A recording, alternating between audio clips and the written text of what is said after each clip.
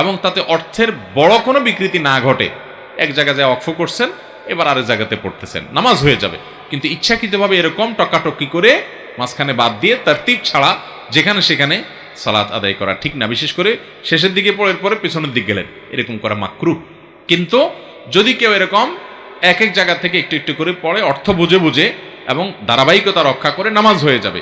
তবে উত্তম হলো ওই যে নবী আকরাম সাল্লাল্লাহু আলাইহি সাল্লাম যেখান থেকে পড়তেন টানা পড়তেন। তবে হ্যাঁ, এক রাকাতে একটা পড়লেন, পরের রাকাতে আর জায়গাতে অবশ্যই পড়তে পারেন। আমি একই রাকাতের কথা বলছি। এটা নবী করিম সাল্লাল্লাহু আলাইহি সাল্লাম বিভিন্ন সময় দেখা গেছে যে এক রাকাতে সূরা বাকারার আমানার রাসূল তেলাওয়াত করেছেন, আর পরের রাকাতে সূরা আলে ইমরান থেকে তেলাওয়াত করেছেন। এটাতে কোনো অসুবিধা নাই। একই রাকাতের মধ্যে এখান থেকে একটু ওখান থেকে একটু এভাবে নিয়ে নিয়ে তেলাওয়াত করাটা অনুত্তম।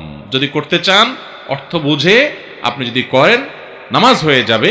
কিন্তু উত্তম হলো ধারাবাহিকভাবে আপনি তেলাওয়াত করা।